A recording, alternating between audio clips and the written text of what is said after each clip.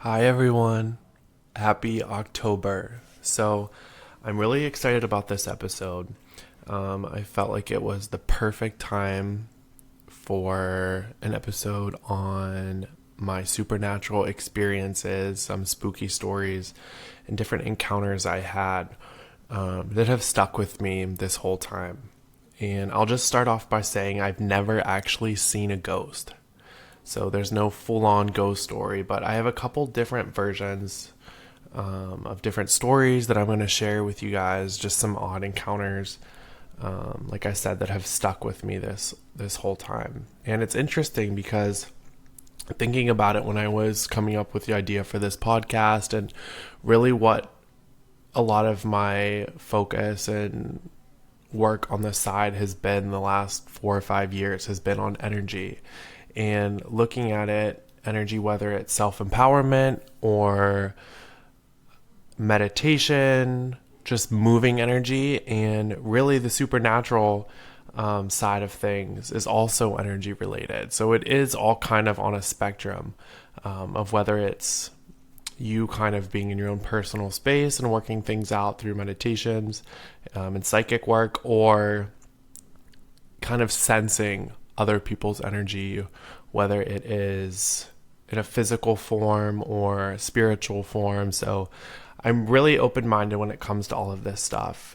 And I'm interested to see what any of you guys think about these stories. And also, I want to hear if anyone has had any other similar encounters, because a couple of them have been really bizarre. And I honestly think about them pretty often because I'm still trying to make sense, and maybe something else will come up with it. So I'll start off with my first story, and it actually happened over 10 years ago now. It started in 2009, and it was at my house, actually in my bedroom, which seems terrifying, but it wasn't so bad. It was just kind of bizarre. So let me start. So yeah, it was 2009, and two of my cousins were sleeping over, and my sister was there, and we all decided to have like a sleepover in the backyard. We had a fenced in backyard. We weren't really super adventurous as far as like going out in the wilderness and camping. So we figured, why not just pitch a tent? We'd all hang out, have a bonfire, and then just sleep in the tent, which is what we did. We took a bunch of pictures the night before, like outside, just hanging out. And then the next day, we were looking at the pictures on my desktop computer. And it was 10 years ago, 11 years ago. So it was like an actual monitor screen. And I had the whole desk set up, and I had a cup that I just had like random pens and pencils kind of just sitting in, and that was on the top shelf of this big bulky desk, and there really was nothing by it. It was kind of just like this cup sitting on a shelf by itself.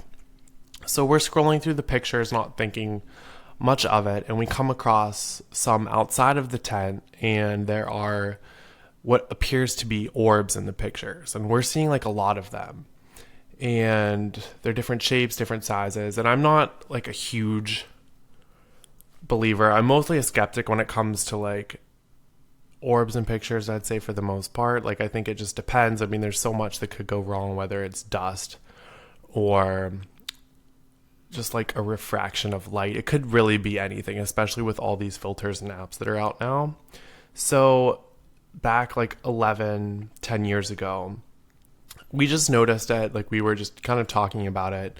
And I remember like my mom came into the room, and we just kind of were talking about how, oh, it was like my great grandmother, like kind of watching over us. She just mentioned that. And I believe around the same time, like my mom had walked out of the room, and this cup of pens and pencils that was on top of our desk completely like turns on its side, and it rotates like in a circular pattern, and it rotates off of center. Like, it's just kind of rolling around, and you would think that the pens and pencils, I mean, it was rotating so heavily that they would normally fall out because of gravity, and nothing fell out, and nothing had bumped the desk. Nothing was close to this cup of pencils or pens. that I just remember us all seeing it, the four of us, and we just kind of looked at each other and we were like, what was that? Like totally freaked out. But one thing that I will say with this is I never got an uncomfortable feeling. Like knowing that there was a ghost or some supernatural activity in my room, like would freak me out. But I remember in that moment, I felt peaceful. Like it didn't feel negative. It didn't feel bad in any way. It was kind of comforting. So I just remember that was something that just stuck out, especially when it comes to like supernatural experiences. Like I know I physically saw this cup move and nothing bumped it. All four of us saw it. Now, one interesting thing that I want to mention here is pretty often I feel like I'll bring this up to like my sister and my two cousins who were with me and who saw this. And for whatever reason, which I still can't figure out, they can't seem to remember this occurrence, or it's kind of hazy to them. Like I will set the scene and I still have the pictures from that night. And of the four of us, I'm the only one that remembers seeing this. So I've listened to a bunch of podcasts on similar situations with this, different paranormal experiences. And one thing that comes up is there is a thing called paranormal amnesia, to where if you are a part of some supernatural event or something that just doesn't make sense in your regular thinking mind, that you kind of erase it from your memory. It's in your subconscious, but your conscious mind, because it doesn't fit within your set of beliefs, your conscious mind kind of writes it over and kind of forgets about it, which is pretty interesting. And I could see that happening with some other things that I may have been through. And I think it's also a defense mechanism. So if we go through any sort of trauma or anything that kind of sticks with us in a bad way that we almost want to forget, our mind has a way of kind of erasing it or tainting it a little bit to help protect ourselves. So I still bring it up to them. I think I talked to my sister about it literally a couple weeks ago, and they just can't seem to remember it as intensely as I could. And something else that I wanted to touch on too is a lot of times paranormal experiences or anything supernatural tends to happen to people in their early years, when they're a child or when they just start like puberty, kind of transitioning into being a teenager. And it's because when we're younger, we have more of an imagination. So we're kind of open. We have like our sixth sense working more for us. We have our sixth chakra. So our intuition is a little bit stronger before we're kind of like taught to not believe in all of this stuff, which is pretty interesting. And for any of you guys listening, I'd love to hear if this is kind of something that you've experienced for yourself. So for my second story, this is a little bit more recent, and this is interesting. So this happened to me about 4 to 5 years ago. It was about a year after I moved to California, and I was working in Glendale at the time, and I had gotten off work late, and I was driving home. So I was in my car getting ready to get onto the 5 South. So I'm driving, it's probably 10 o'clock, 11 o'clock at night, and I'm driving to get onto the on-ramp. And before I get to the on-ramp, I see on my right side this old antique car. It was purple, and it was like one of those big old, it was probably like a Cadillac, one of those old, vintage cars. And I remember it was a man driving. He was probably, I'd say, 40s, 50s. Didn't really get many details with like the face or anything, but it was more of like a silhouette. And he was driving next to me, and I remember just kind of glancing at the license plate, and it was like this older purple car. So it comes up next to me. I'm driving, and it actually passes me by on my right side. keeps going straight. And to turn onto the on ramp, to turn onto the 5 South, you have to turn left. So I'm in the turning lane and I turn left. The car had already passed me by, and this is a long on ramp. So you're probably on it for, I'd say, like 20 seconds before you merge onto the actual freeway. So I'm going all around the twists and the curves of getting onto the 5.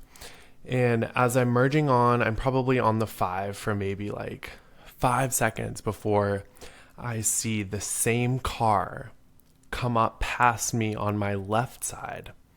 And it speeds past me. I remember glancing at the license plate a second time. The license plate matched. I think the first like 4 letters were the same. It was the same purple antique car driving. And it just kind of sped past me. And it took a couple seconds for me to register, but I was thinking to myself, so this car never actually came onto the freeway with me. So the car kept going straight when I first saw it. And if it went straight, there was no way that it could have entered onto the same on-ramp as what I entered. There was no other way. It kept going straight to San Fernando. Like it couldn't have gotten on the same freeway. So this car had driven past me on the freeway once I had merged on. So I was like thinking about that, and it stuck with me. And I was like, there's no possible way that this car could have done that. Like, it defies all laws. So that was something that was really creepy. And I don't know what was going on with the energy at that time, but I remember there were a couple other odd occurrences that had happened, particularly with cars.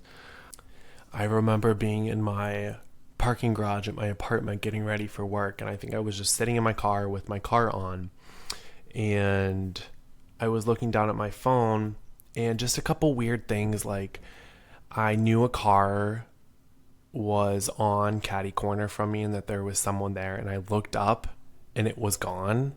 And it was one of those things to where I knew that a car didn't leave the garage because it didn't really like pass me by, and just a lot of weird energy surrounding cars and kind of my apartment, which will lead me into the next story. But one more thing I want to touch on with the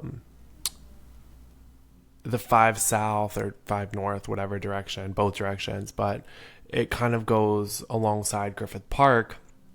And I've heard that Griffith Park has a lot of energy kind of condensed in it. I don't know if you guys have heard of this before, but there are certain things called ley lines that are kind of geomagnetic energy centers within the earth. So I've heard that Griffith Park has some condensed energy, something similar, probably not to the extent of like what the Bermuda Triangle has, but that's something where it's said to have more of like an energy portal or vortex.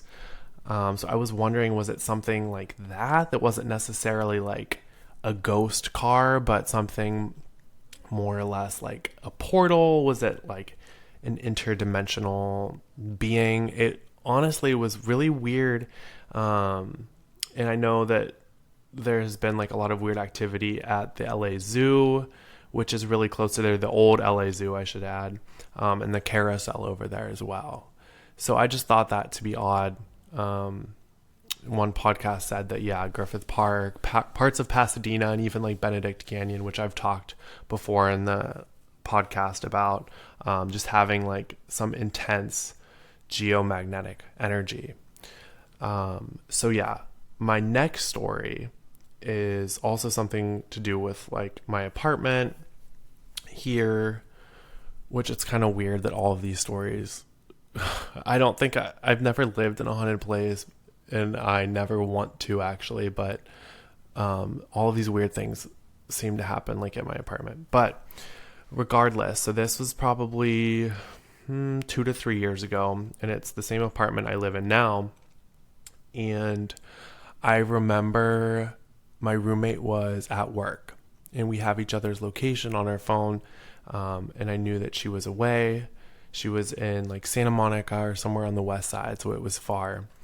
And I was off that day, so I was going to the gym, and I always locked the door, and I knew that the door was locked. I go to the gym, I come home, and I find my deadbolt on my door open, like it's turned to where the deadbolt is sticking out, and the door is cracked open. And this is the apartment door to our apartment together inside the complex. And it's weird because I wasn't sure if my roommate, had come or gone. So I checked her location. She was at work, and I had asked her, and she hadn't been home at all.